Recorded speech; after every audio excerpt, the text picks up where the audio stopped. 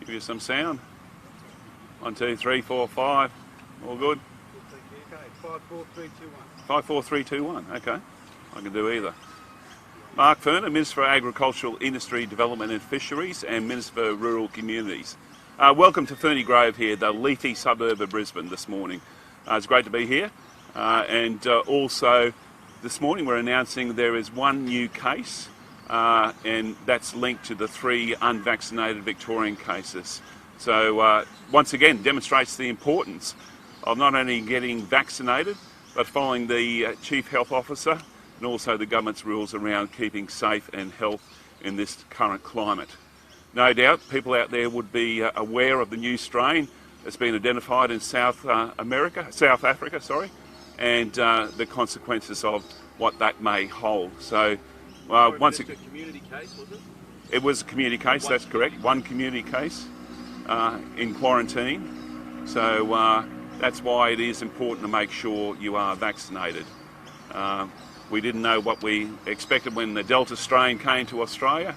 Once again, we won't know at this stage what this new strain will hold for us.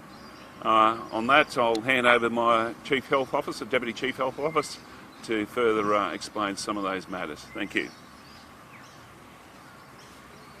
Thank you, Minister. And as you've heard, one new case overnight, and that case has been detected in hotel quarantine. They're a family member of existing cases that have come through from Melbourne, unvaccinated due to the age, and that's an important thing, that quarantine serves its purpose. Just to go back to clarify the question you've got, Peter. Is it community or is it... We count them as community because they're in Australia, but Okay. they're Australian acquired, they're in hotel quarantine. Thanks, Doc. So that's okay. So nothing to worry about there, basically. Thank you. The more important parts, I suppose, is vaccines continue. Over 8,000 vaccines delivered, and we've moved up to 85.81% single-dose vaccination and second dose 75.32%. And testing numbers are still good, over 8,000 tests.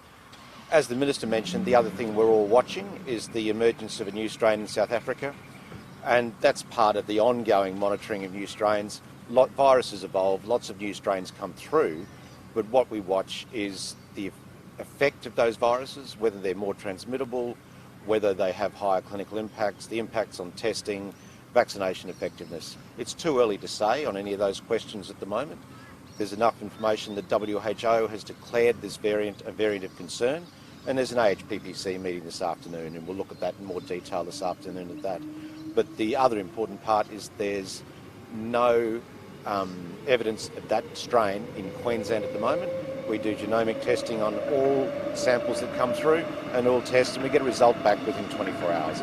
And there is no evidence of that strain being present in Queensland or Australia currently. What it does emphasise is the ongoing importance to get vaccinated. And I just keep saying to everyone, if you haven't been vaccinated yet, please come forward, get vaccinated. It's never too late. And we see that from the situation in South Africa. South Africa also has a different vaccination rate. They're running at 24-25% double vaccination. Queensland is higher than that, and we can go higher still. So please get vaccinated. Doc, just on that B11529, the federal government looks to this afternoon or this morning will be making an announcement on some precautions around, I'd assume they'll put some restrictions in place. You've said that there's no sort of risk here or there's no cases here in Queensland of this new variant. Should we be taking similar precautions? What measures should we be taking? Look, at the moment, from a Queensland perspective, we keep doing what we're doing. International arrivals go into quarantine, and we continue with driving up vaccination rates. From an Australian perspective, what they're trying to do at the moment, and there's an AHPPC meeting this afternoon, is to look at the relative risk to Australia, and we need to get more information from South Africa and WHO as the risk of international arrivals. And that's a Commonwealth decision. Some of the WHO have been saying that having a variant like this that seems to be almost twice as potent as Delta is extremely scary, and seems to be that maybe they don't even have a vaccine for it. I know it's early on. Are we seeing something similar to what we saw with Delta? Look, it's too early to say at the moment. The case numbers are low. It's in the 60s. We expect there to be more.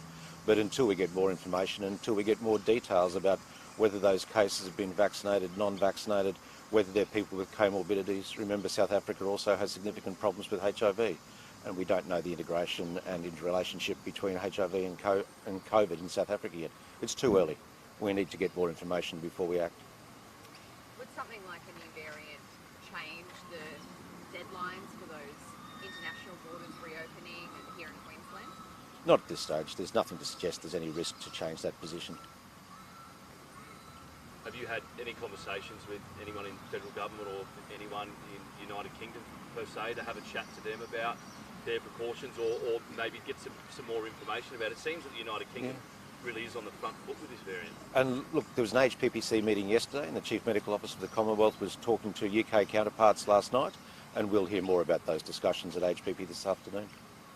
In terms of the 80% double dose for Queensland, do we have an exact date when we're expected to hit that? Is it still around the 10th? Not yet. There's two parts to that, obviously, with 80%. It'll be the 17th of December will stay as the public health social measures, and that's at the request of industry because it's really hard for them to have a shifting date that works best for them. The timeline for 80% double vaccinated as far as border movements and quarantine, still looking at the 10th, but it does change day by day depending on the vaccination numbers. And the 90%, we don't have a date for that yet either? We'll be able to have a more accurate estimate of that once we reach 90% single dose, but we are continuing to go forward. It's really promising. Doctor, just on, touch on it if you can, just on that case of that young mother and the premature baby, just in a medical sense and what you can tell us on background, is it a common procedure to separate the mother and the baby, obviously for long periods of time, or would the mother be, in general circumstances, be closer to the baby?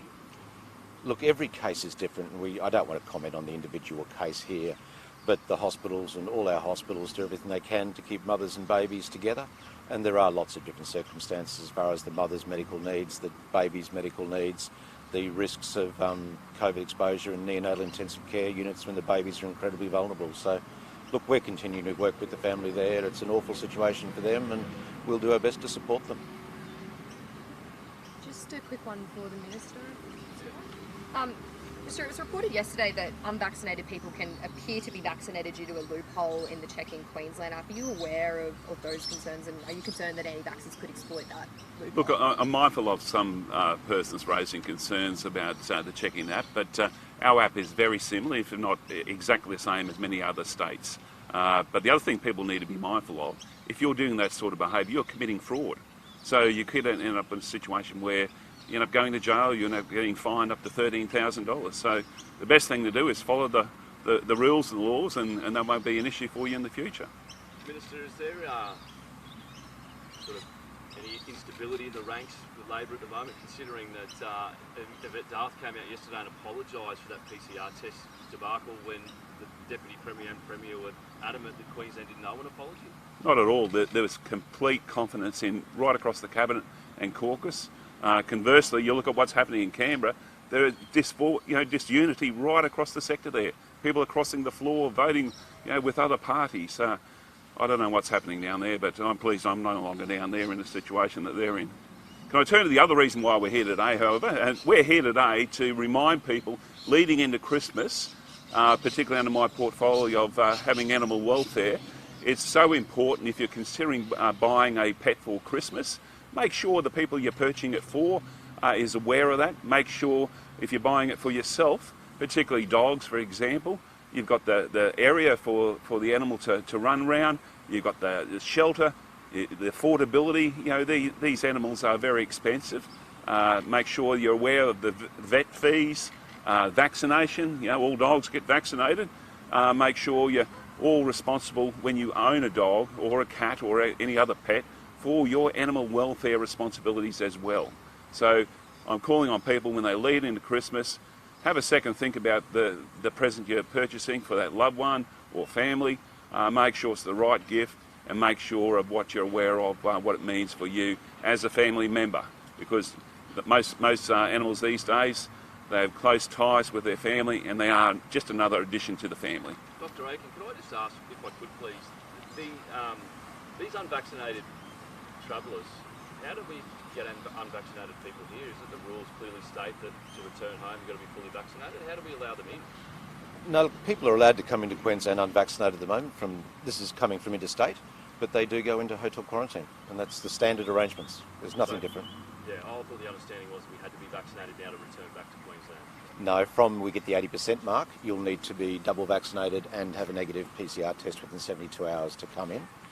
But currently, people are allowed to come into Queensland, and that's perfectly okay, as long as they go into hotel quarantine, which these people have done. Is it quite concerning for you when you get those unvaccinated people coming in and seeing how quickly it can, take off? Oh, look, I think all unvaccinated people in Australia and Queensland concern me, and I'd love to see our whole population vaccinated, and that's the answer. Doctor, just on the Check in Queensland app for you, are you concerned that unvaccinated people may be hijacking this app? Oh, look, as the Minister said, that's not a flaw, it's fraud. If you're prepared to use someone else's login and password details from Medicare or MyGov to do that, that's a crime. And we've done it deliberately, and it's the same approach as in ACT and other states, because parents need to log in for their children. And people who are disabled may need assistance, so it's there, but those passwords and login details are then shared with consent under appropriate circumstances. If you're doing it any other way, it's fraud. It's as simple as that. Okay. You like some coverage with the dogs? Yeah. Just happen to have some over here.